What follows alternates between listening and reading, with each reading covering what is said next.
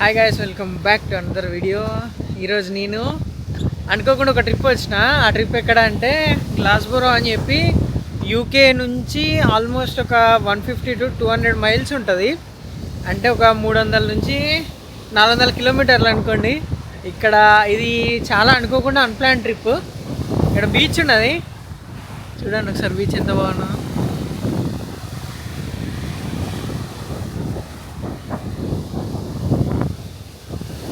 UK అనేది ఒక dragon షేప్లో ఉంటుంది అన్నట్టు. ఆ డ్రాగన్కి ఇట్లా ముంగట పొట్ట వస్తుంది కదా, పొట్ట కాడ ఉన్న పైన ఎడ్జ్ పాయింట్లో ఉంటుంది.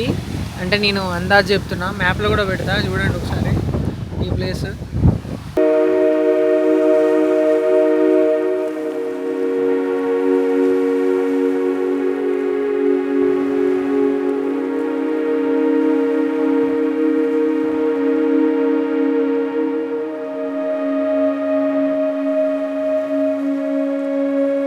అబ్జర్వ్ చేసింది ఏంది అంటే ఇక్కడ రెంట్స్ కూడా చాలా తక్కువ ఉన్నాయి. లైక్ ఇప్పుడు మీరు ఒక 4 BHK తీసుకొని 4 BHK అండ్ 3 BHK అని తీసుకుంటే దాని ప్రైస్ ఎంత ఉందంటే ఆల్మోస్ట్ ఒక 500 to 600 pounds మాత్రమే ఉంది.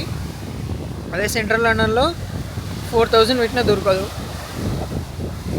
సో ఎవరన్నా వర్క్ ఫ్రమ్ హోమ్ జాబ్ ఉంటే అవుటర్ లండన్లో కనుక సెటిల్ అవ్వాలనుకుంటే మాత్రం this is one of the best place. And ఈ ఏరియా పేరు వచ్చేసి, అది ఒక నిమిషం చూసి చెప్తాను. ఈ ఏరియా పేరు గ్రిమ్స్బీ. సారీ, ఇందాక నేను మిస్టేక్ చేసి ఉంటే, గ్లాస్గో కాదు, గ్రిమ్స్బీ ఈ ఏరియా పేరు. ఇది ఇట్లా యూకే షేప్ ఇట్లా ఉంటుంది కదా, కరువులో, ఐ మీన్ డ్రాగన్ షేప్లో. ఈ పొట్ట దగ్గర ఎడ్జ్లో పైన ఉంటుంది. ఆల్మోస్ట్ లండన్ నుంచి ఒక 200 కిలోమీటర్స్ అనుకోండి, 200 to 300 కిలోమీటర్స్. కానీ ఇది బెస్ట్ ఎక్స్పీరియన్స్. ఇప్పుడైతే టిఫిన్ చేయడానికి వెళ్దాం.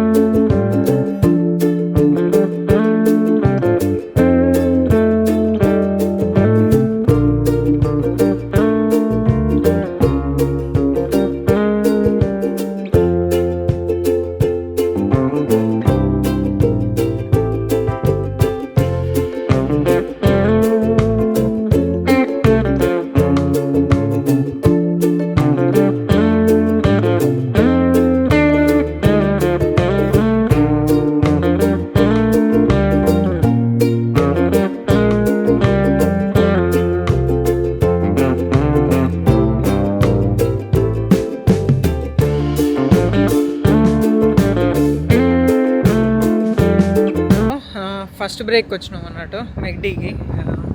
బ్రేక్ఫాస్ట్ ఏమన్నా ఉంటే అది తిందాం. తిన్న తర్వాత లాస్ట్కి చెప్తా నేను ఏ వర్క్ మీద వచ్చిన అనేది. కాబట్టి లెట్స్ గో టు మెక్డీ.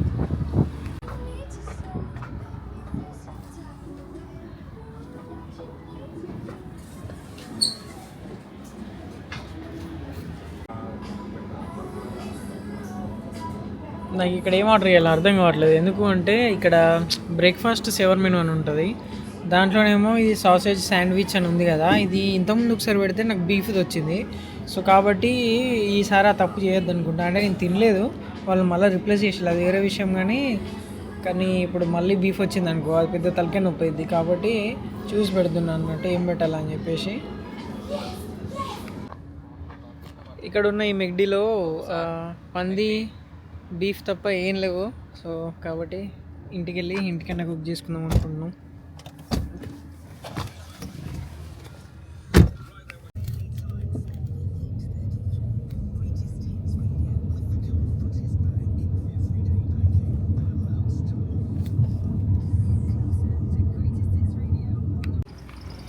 యూకేలో వెదర్ ఎప్పుడు ఇట్లా డిమ్గా డిప్రెస్డ్గా ఉంటుంది. అందుకే సగం మంది ఈ ఫారిన్ కంట్రీస్లలో డిప్రెస్డ్ ఉంటారు.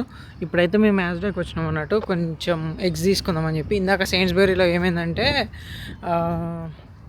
మేము అడిగితే 6 ప్యాక్ ఎగ్సే ఉన్నాయని చెప్పిళ్ళు. మాకు అవి సరిపోవు ఇప్పుడు మధ్యాహ్నం కానీ బ్రేక్ఫాస్ట్ కానీ తినడానికి. ఇప్పుడైతే యాజ్డాకి వెళ్ళి ఎగ్స్ తీసుకొని, ఇంకొకటి బయట మెటీరియల్ షాపింగ్ ఉన్నది, అది షాప్ చేసుకొని ఇంటికి వెళ్ళిపోయి వాళ్ళకి ఇచ్చేస్తే అయిపోద్ది.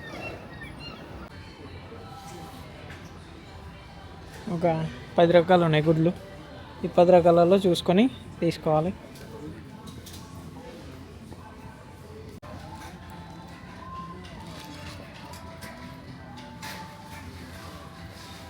ఇంత ప్లానింగ్ అవసరం అబ్బా.